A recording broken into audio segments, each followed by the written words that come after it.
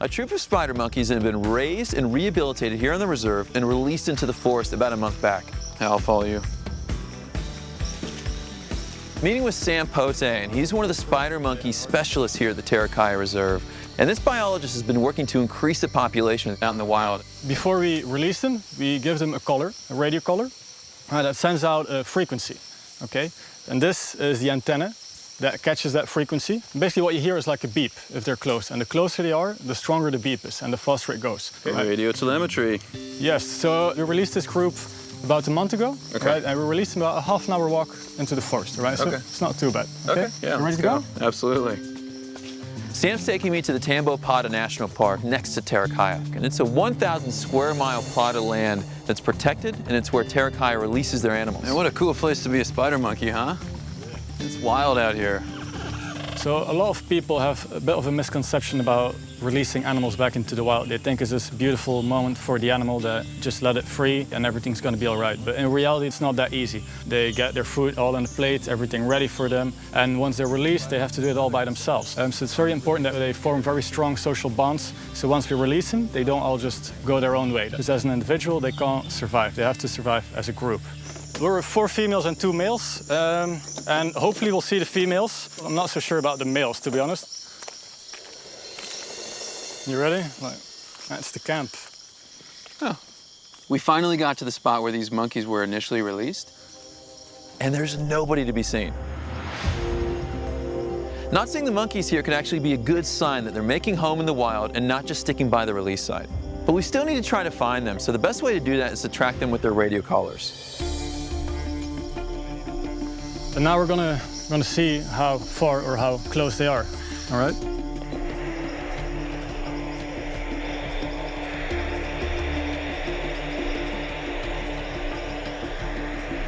Unfortunately, we're just getting static and not detecting any of these spider monkeys nearby. So I've gone in one direction to look for them. Sam's taken his radio telemetry in another direction. We're waiting, time's going on. It wasn't working, so we had to go to plan B. And plan B is the call that spider monkeys use to locate each other from further distances. This is more of an urgent call so they can try to find each other. I've never called to a spider monkey before, but it was worth a try.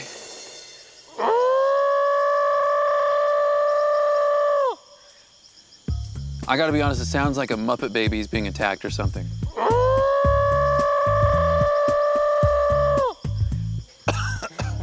I don't think it's good for your voice box, I gotta be honest. Do you see him?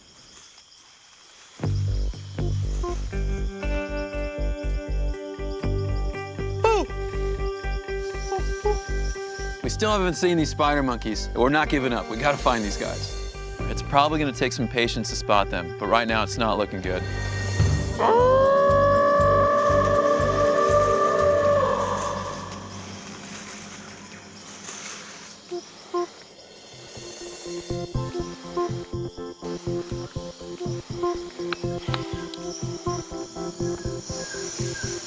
And one by one, these spider monkeys start coming down from the trees. It was like magic. Oh, look, there's one coming down. Yeah.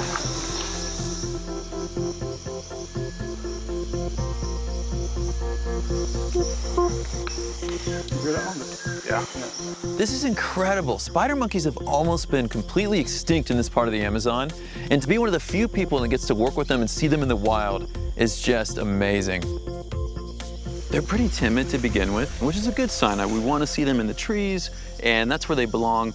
She's staying up in the trees. She's not coming down so much anymore, although that's, I feel like right now she's she's one of my favorites.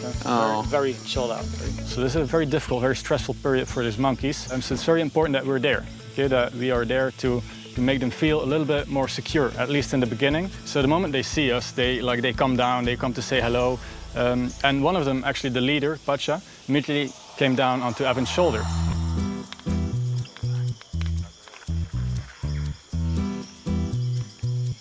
It's all over my shoulders and holding onto my neck, crawling all over me, and that's telling me this is a healthy spider monkey. Hi, Pacha. Oh, she's peeing on me. Nice and warm going down my back.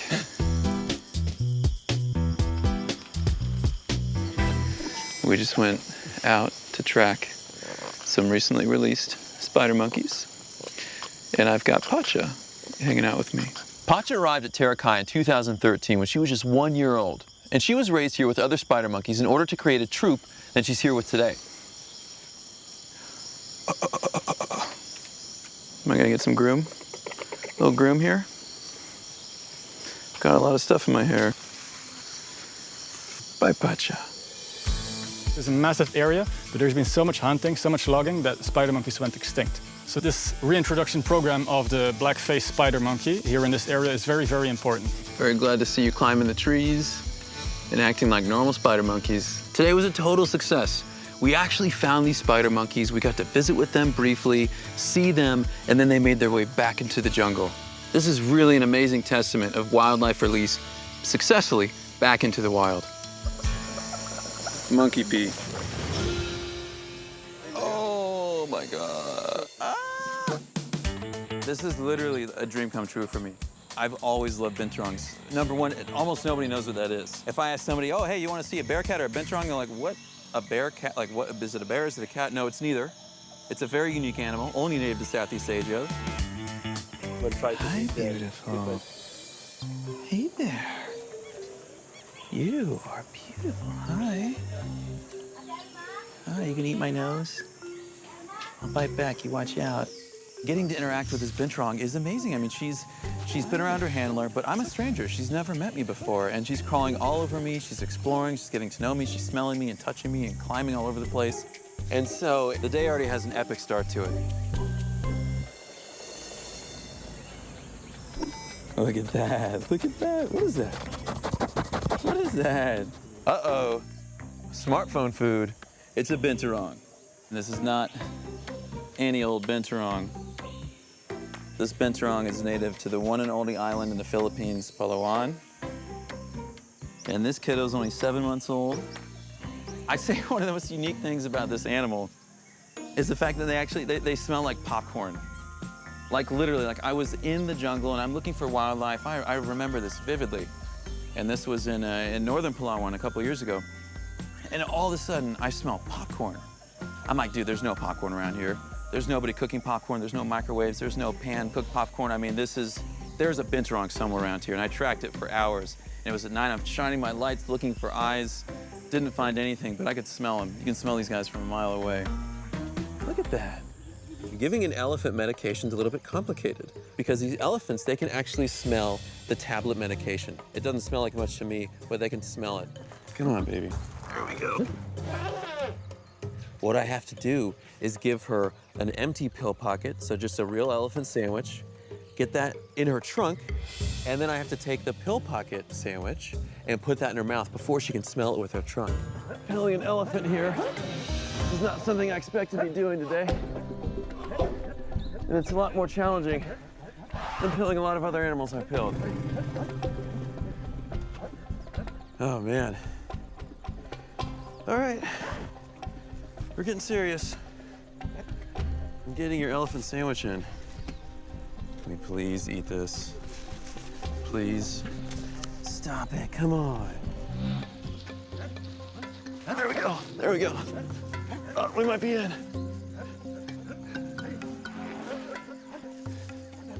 Oh, we're in. We're in. We're in. Oh my gosh. Did this actually happen? Did I just pill an elephant? Oh, thank you, baby. Thank you. I know you don't realize this, but it's for your own good. All right, today is a very proud veterinary moment for me. I pilled my first elephant. I did.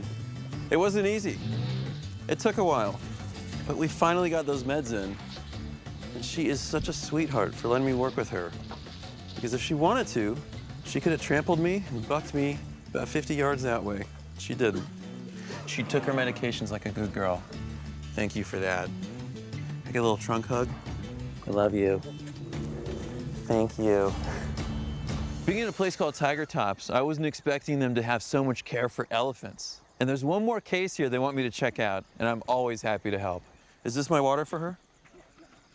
My last patient today is a very special one. Her name is Raj Kali. And Raj Kali is a loner. She doesn't really get along with the other elephants. And my heart kind of goes out to her for that reason, because she doesn't have this social bond with them and she's on her own.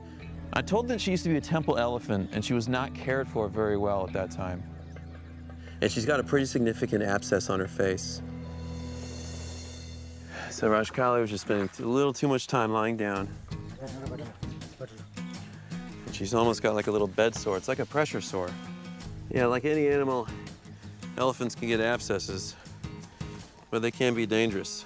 You know, this infection can stay local. It can also spread to other parts of the body. And that's something we don't want happening. You can see that dirt in there. I just want to scrub all that out. That's a nice deep pocketing abscess. That's not good, because that's just trapping infection. So we're gonna flush it from both sides. We're gonna flush in here, we're gonna flush in there. It's gonna really help us in flushing this thing out, as opposed to just being one big pocket by itself. I just want to stir that around. That's a nice little flush. Oh, Rajkali, you're being very good, baby. I know this isn't fun, I'm sorry. Look at that. Look at this. I'm getting it right out there. Exactly what we want to be doing. I just want to flush from this side too. That's exactly what I want to see. Rajkali, you're being so good, baby. This is easy. That's perfect. What I want to do is actually feel and probe the extent of the wound. That's very important when you're working with an abscess. You need to know how deep it is and how deep you need to be doing your work, because those are going to be the most effective at trapping bacteria and manifesting infection. What you're looking at is a lesion that's this big. And we're lucky here that Rajkali is tolerating this very well. And she's eating, which is a really good sign of an animal. Stressed out animals aren't going to eat. She might even know that I'm helping her out, but she's definitely letting us work with her, and she's very comfortable. Now that we've gotten this thing flushed out, we're gonna pack it with an antibiotic. The flush was a general antiseptic. It just kills all kinds of germs and stuff, but this antibiotic is designed to kill bacteria. All right. Rajkali, thank you. Thank you so much. You've been so good. You have been so good for your little abscess treatment. You make my job so easy, you know that? This could have been a really big challenge. This might not even have happened. And you were a sweet, sweet girl. You're a very special girl. I know you're kind of a loner elephant too. So my heart really goes out to you, because I know you're not really getting along with these other guys, and you don't really like other elephants, and you just kind of like to do your own thing. And it makes me want to help you, you know that? Yeah, I feel like I really had a personal connection with Rajkali. And getting that moment with her, that's something I really value as a vet.